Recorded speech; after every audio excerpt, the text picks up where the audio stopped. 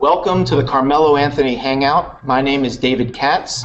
I'm from ThePostGame.com, and we are here today with the NBA scoring champion, Olympic gold medalist, and New York Knicks superstar, right down here, Carmelo Anthony. Carmelo, how you doing today? I'm doing good. How everybody doing? Good, good. Real good. Thanks for taking the time to join us today. We know you're busy. You got a little playoff game starting on Saturday, which we're going to talk about. We're also joined by several contributors and fans below, and we'll be getting to some of their questions later. And for any of you at home, the hundreds of thousands of you who are out there, you're welcome to send us your questions at hashtag Melo Network, M-E-L-O Network. So please start those questions. Carmelo, you've had a tremendous season. Let's talk about some basketball questions first. You've had a tremendous season with the Knicks. You guys have secured the #2 seed, and your first-round matchups against the Boston Celtics. Now, obviously, the eyes of the world have been fixated on Boston for the last week with the tragedy up there, and I was wondering if you had a message for the fans. Well, I mean, just to put sports and all the secondary things aside for right now. My message and my condolences definitely go to the city of Boston, the families, the individuals who was affected by that tragedy. My condolences goes out to the whole Boston and those people that was affected by it. Believe it or not, we as Americans was definitely affected by it as well. I mean, I know I hate to see things like that happen. Not just in a place that I'm at, but in a country that I live in, that I call my home, and to see something like that, yet so close, to where I am, to where I'm at right now, it's just hard to take, especially after all the tragedies and things that's been going on here in our country over the past couple months, couple years. Thank you for that. I know the fans in Boston will appreciate it. Switching to a little lighter subject, you achieved a great personal honor this week in winning the NBA scoring championship. Wondering what that honor means to you. It was fun. I mean, it was a fun thing. It was something that honestly, I wasn't really, I didn't have my mind set on going out there trying to win a scoring title. But once it was the opportunity presented itself, I went to Oklahoma City. We played out there. Me and Durant was laughing and joking about it. Just about how well he was playing, how well I was playing, how well the teams was playing. But it was a fun thing. Definitely an honor for me to have that individual award. And it just gives people something to talk about, whether you at home, watching basketball, hanging out with your friends in the barbershop, in the park. It gives something to put in people's mouths and for them to talk about. Looking ahead at the playoffs, what's it going to take for you guys to win the NBA championship this season? Well, I mean, the most important thing is just to take it one day at a time. I mean, that's been our goal. That's been the mindset this whole season. One day at a time. You can't look ahead at anything. And we've been doing just fine with that. Great. You've had quite a turnaround from last season. What has Coach Woodson meant to you? He's my guy. Coach Woodson is a guy who, he distilled confidence in everybody on the team, every person, not just on the team, but in the organization, his coaching staff, people that surround him, his colleagues. He gives people a sense of wanting to go out there and wanting to win and wanting to have fun at doing it, at playing basketball and being around each other. And when you can have that, between your coach and your players, and just have that camaraderie amongst everybody, it makes the whole process that much fun. So, Melo, you're one of the rare athletes who's always put your fans first. Can you tell us a little bit about this new initiative that you came up with, the Melo Contributor Network? Yeah, well, we came up with it, the Melo Contributor Network. I just wanted to give my fans and contributors out there an opportunity to come on and sign up. And give them an opportunity to come and write about something, whether it's about me, basketball, things that I do in life, fashion, sports, music, whatever it is. I'm giving them a platform to come out here and sign up and write about that. And, because we have a lot of up and coming contributors and journalists and people who dream is to be a journalist, but they don't have the network, they don't have the connects to do that. So now I'm giving those people an opportunity to come onto the network and, have some fun with it. As someone who works with young journalists every day, I can tell you that that is absolutely needed in the community. So thank you for doing that. Can you tell us how fans can get involved in the program and learn more? Where should they go? Well, they can go to to thisismelo.com. It is a link on there that you can click to sign up for the network. And once you get on there, it's kind of self-explanatory once you click on that link. Great. So we are getting a lot of questions from fans right now. I've got one right here from Anthony, who is asking, even if you're not into journalism or writing, but you love graphic art, can you still contribute? Oh, absolutely, absolutely. I'm a big fan of graphic art. So you can come on there, you can sign up as in graphic artist. And like I said, it's an open platform. It's a clean play for any and everybody to come on and sign up. Great. We got another one here from Justin, who says, I'm not a basketball fan, but I'd love to contribute. Is there an opportunity for me? Yeah, I mean, like I said, it's open. It's an open platform. It's an open forum for anybody. You don't have to just be a contributor in sports and fashion, anything like whatever you want to come on and contribute about. You have the platform right here to do it.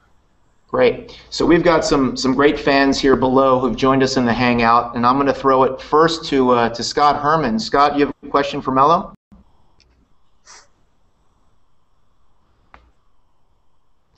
Can't hear you, Scott.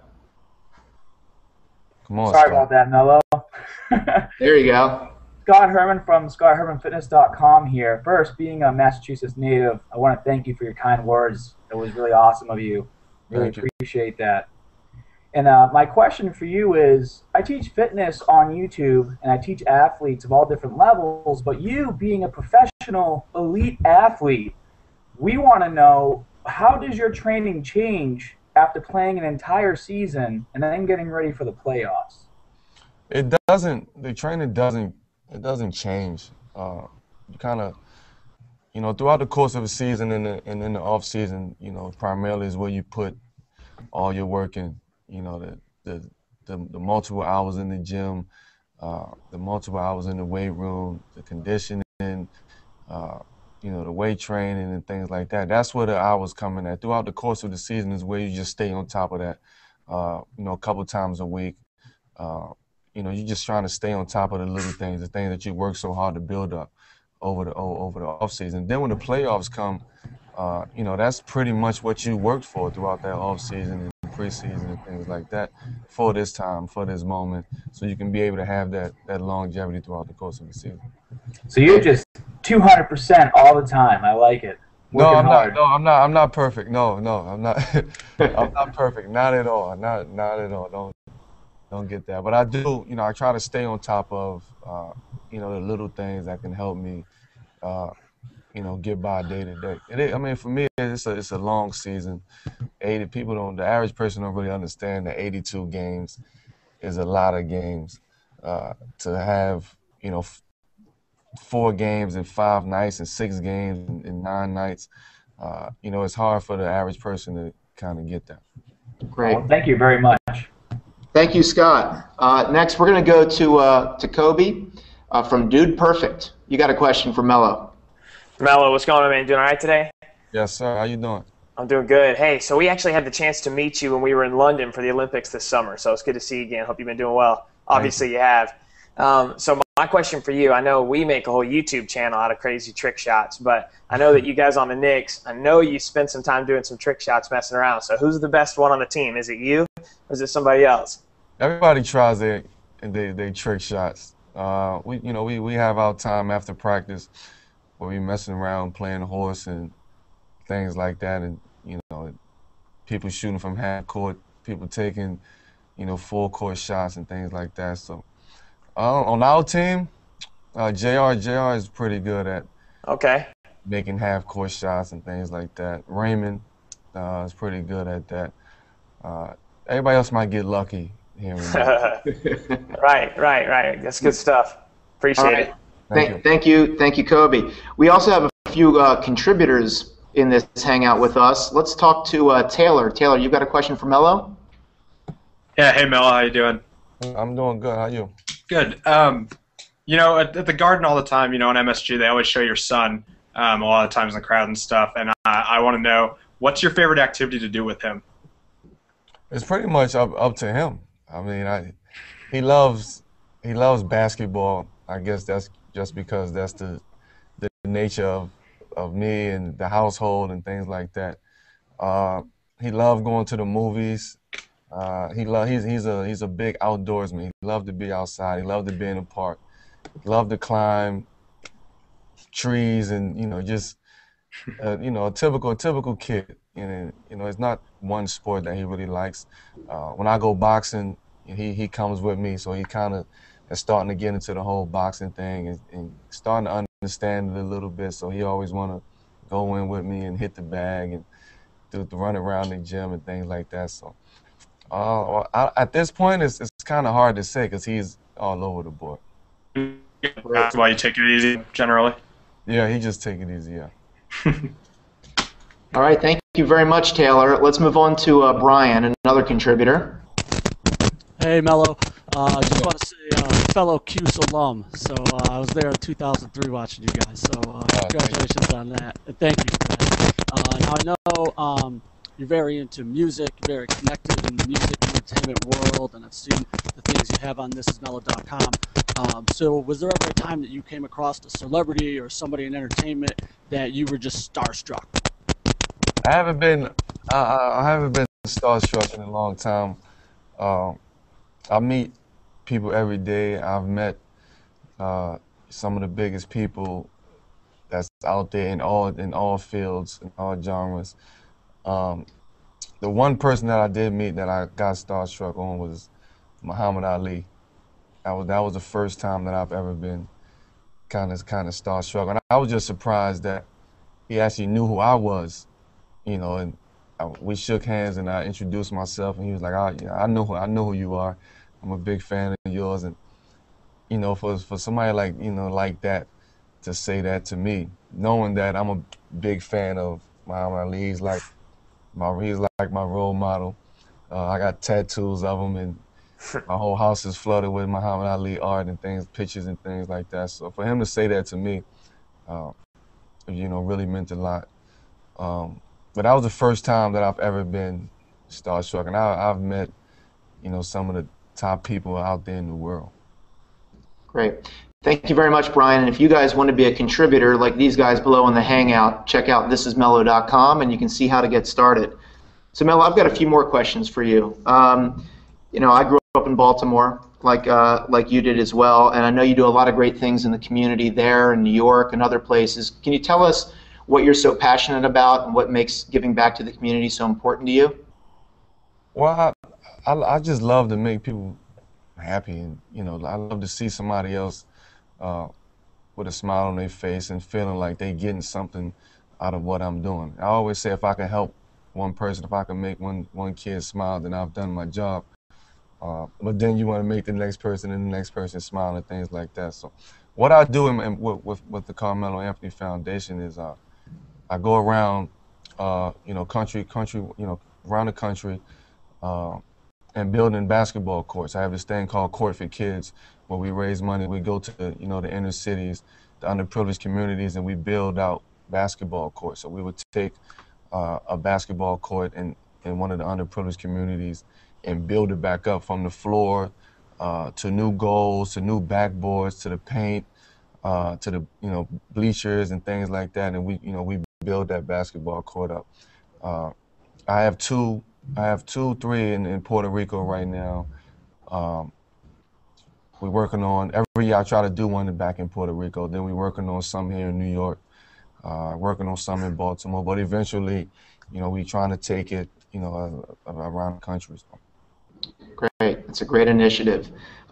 So you're a Syracuse Orange alum. Your team had a heck of a run in the NCAA tournament this year, but I understand you had your number retired. Wondering what that means to you personally. That was one of the greatest feelings that I've ever come across.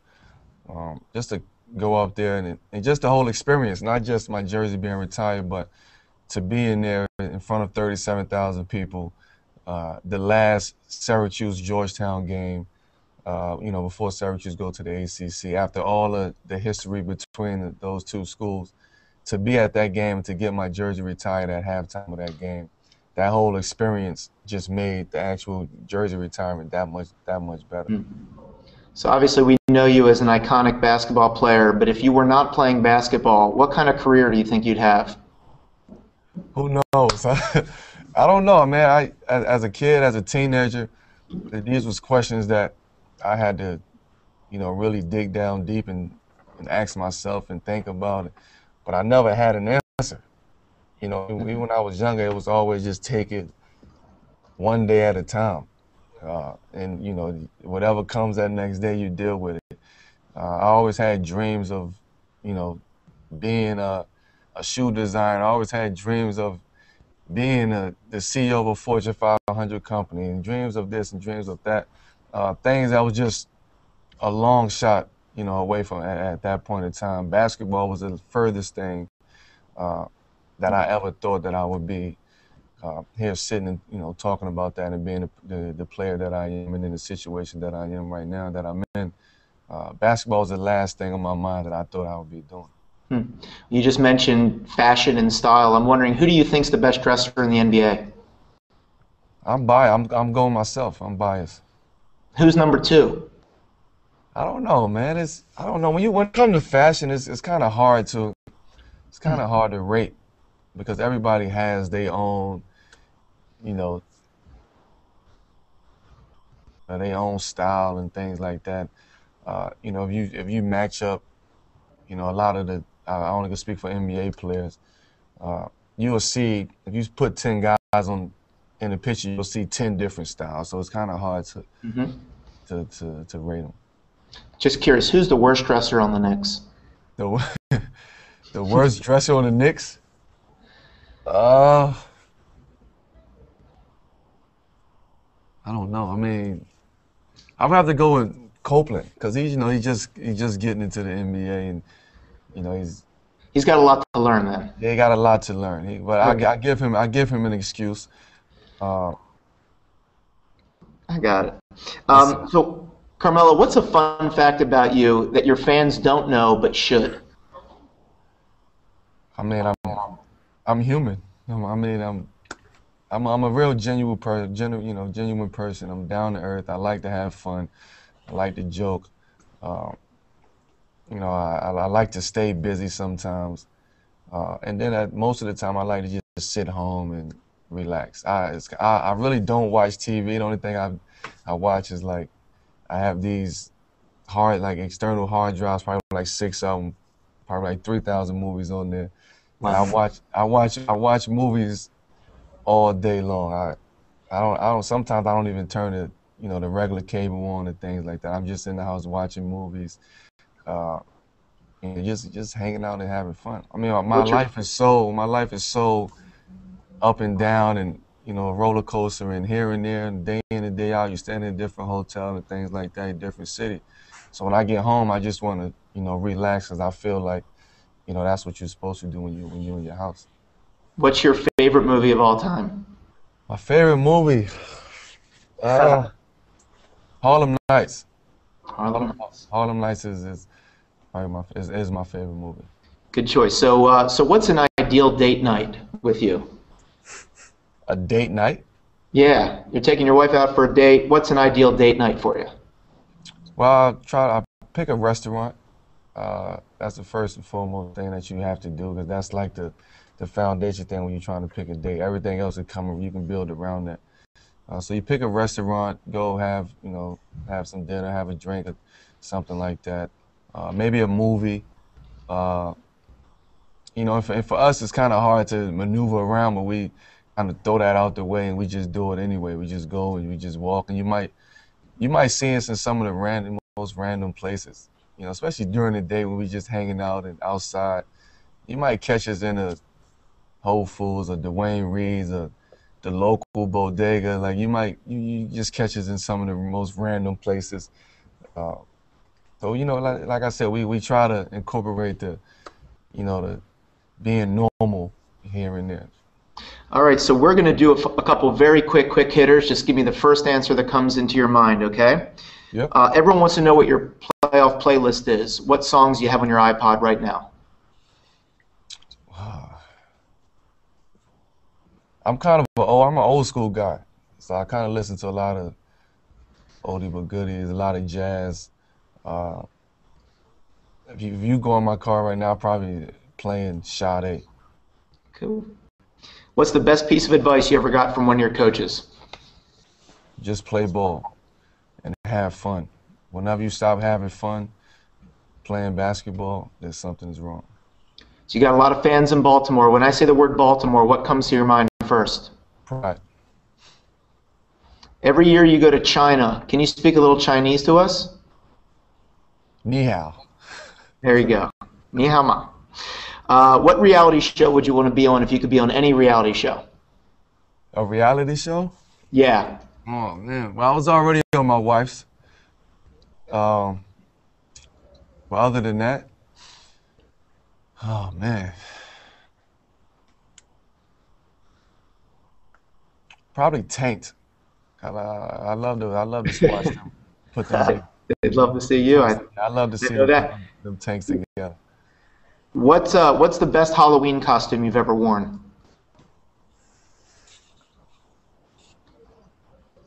I don't know, maybe just a mask. I probably just throw a mask on from here and there. I took my son to the Bronx Zoo one Halloween. I had a mask on, and he had a mask on. We were just walking around. I was able to get away with it, being disguised. But the only thing that gave it away was I was 6'8". Arm sleeve or headband, you can only choose one. Oh. Damn.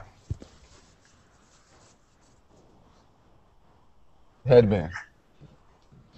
Well, and the most important question, peanut butter, crunchy or smooth? Huh? Crunchy or smooth peanut butter? Which is your favorite? Crunchy. Carmelo Anthony, thank you so much for your time. We wish you the best of luck in the playoffs, and I want to thank all of our contributors down below and all the fans who joined in across the country, the hundreds of thousands of you. Thank you so much, and we appreciate you doing this hangout. Thank you. Thanks, everybody.